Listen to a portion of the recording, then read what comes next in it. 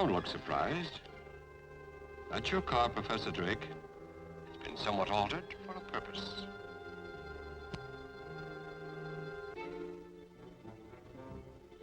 That won't help. Each door is automatically locked. Relax, Professor. I'll do the driving.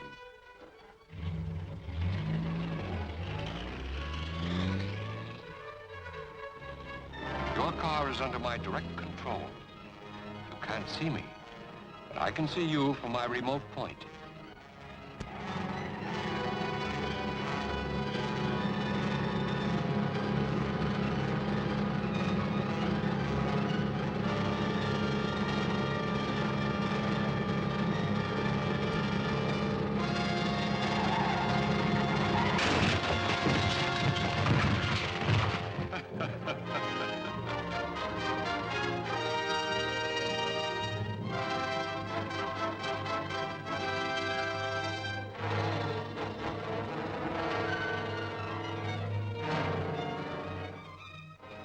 Wait, Professor Millard.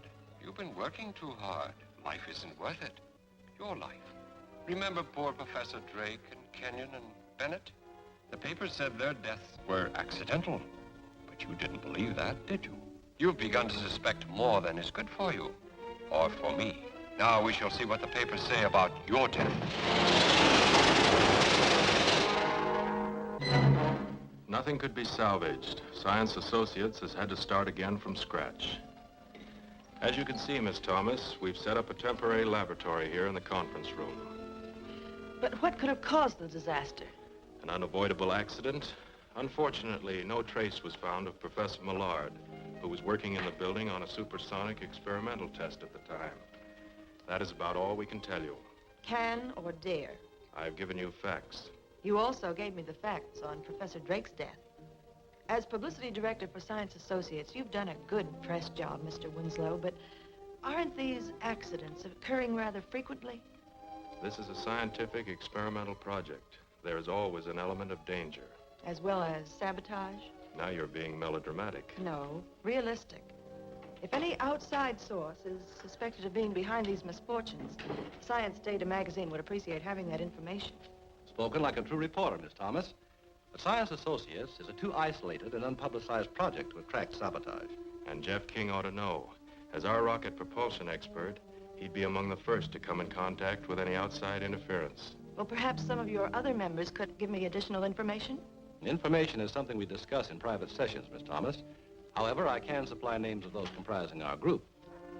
That's Professor Bryant, formerly head of Technical Research University, specializes in metallurgy. Martin Conway, atomic expert and senior member of Science Associates. Dr. Grafner, aerodynamic wizard, and Gunther von Strum, authority on nuclear fission. That's quite a collection of brains. And now... Thank you for the interview. Goodbye, gentlemen. Goodbye, Miss Thomas. I'll see you soon. As soon as there are any new developments. Thanks again, Mr. Winslow. Goodbye, Miss Thomas.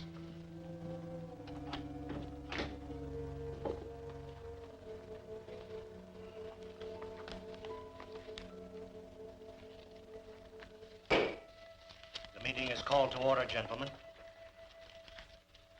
As you know, we must select someone to continue the late Professor Millard's experiments. Why? In my opinion, Millard had become a visionary with fantastic ideas. Mad dreams of developing flying suits to change men into human rockets. A victim of overwork. Yes, it must have unbalanced him. His weird experiments cost him his life, and us our laboratory.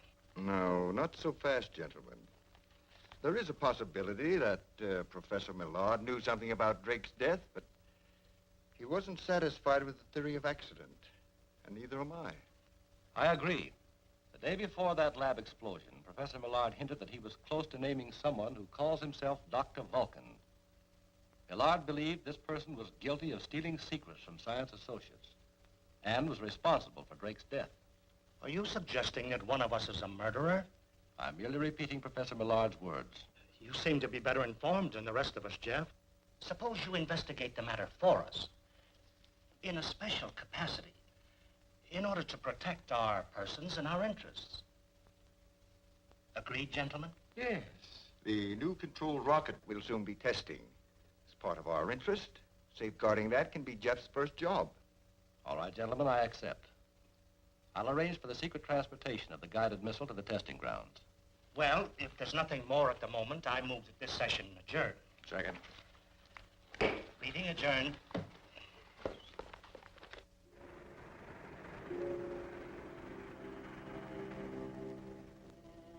This waiting around gets me jumpy. I'm going out and get some fresh air. You'll stay put until we get our orders. Acting a little scared of somebody we've never seen, aren't you, Durkin? I'm not scared. I just aim to please. Yeah, aiming to please a voice. A voice behind a door, over a radio, or on the telephone. I'd like to see who I'm dealing with. Maybe I have seen him. Right now, the important thing is to grab that pot of gold at the end of this rainbow. Wonder what Dr. Vulcan's angle really is. Those scientists out on the desert are working on newfangled flying missiles and trick jet planes. Certain foreign governments might pay plenty for that kind of stuff. If Dr. Vulcan can get his hands on it. Maybe that's why he's got us working for him.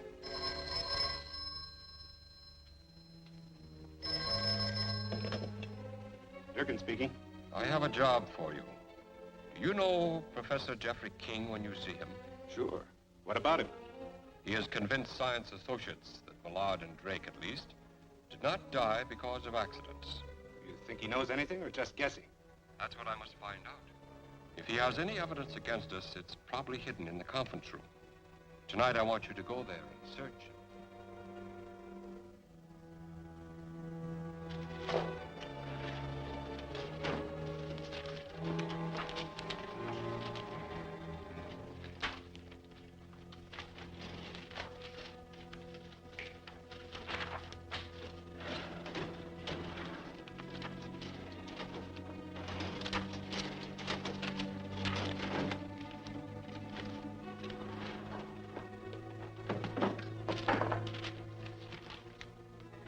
Find anything?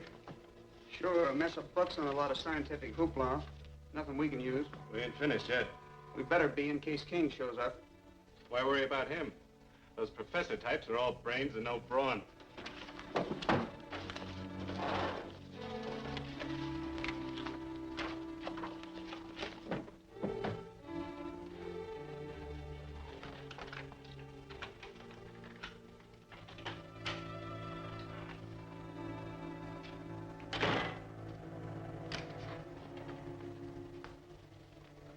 What are you doing here? Just browsing. Whatever you're browsing for, you apparently didn't find. Who sent you here? That's our business. Well, I'm making it my business.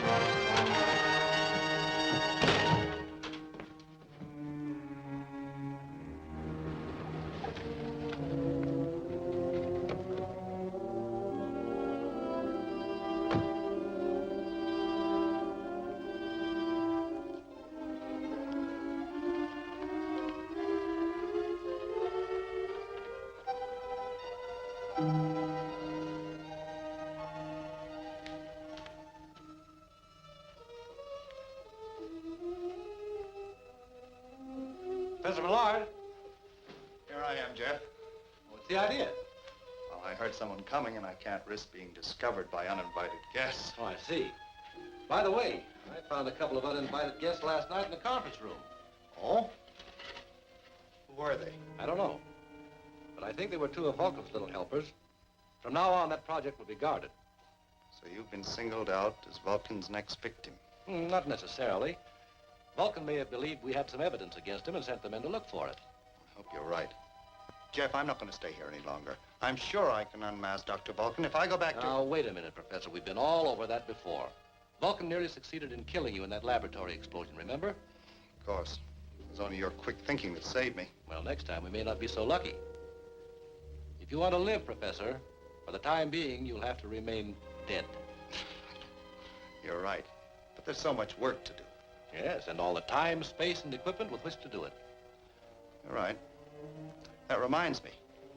I've completed the rocket suit. Good.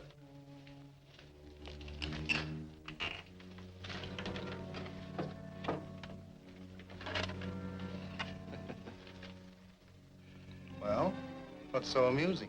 I was thinking how astonished Professor Graffner will be when he sees this. You know, he was convinced you were insane to try to build an atomic-powered rocket suit. And I guess he thought I was even crazier for helping you. Well, here it is. I hope it works. We'll soon know. I'll take it with me and test it for you. Well, stay close to the ground for the first few flights. There still may be a few adjustments to be made. Right.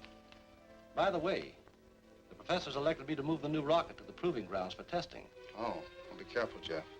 That's the kind of thing that Dr. Vulcan could sell to a foreign nation for a fortune. Yes, if personal gain is the motive behind Vulcan. But we're not sure of that. In any event, I've had the demonstration model loaded aboard an unmarked truck. It's being kept under armed guard in a small warehouse in town. I feel sure Dr. Vulcan has no idea where it is. I hope you're right. I'll let you know about the tests.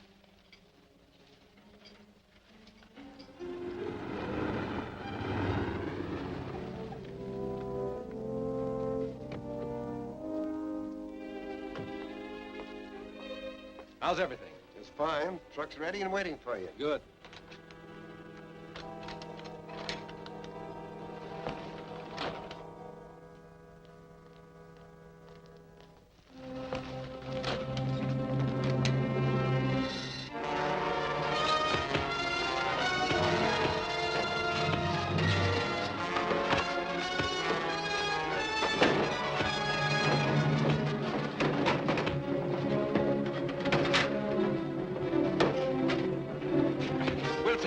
Get that truck.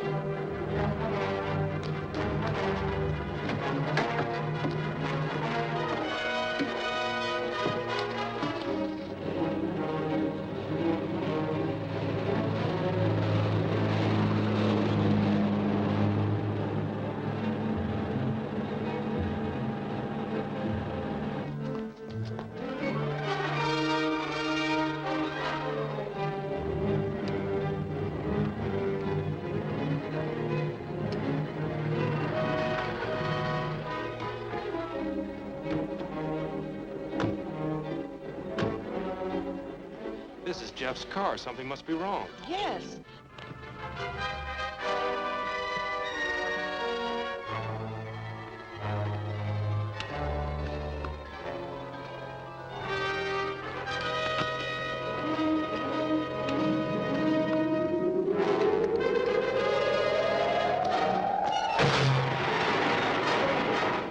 What's that?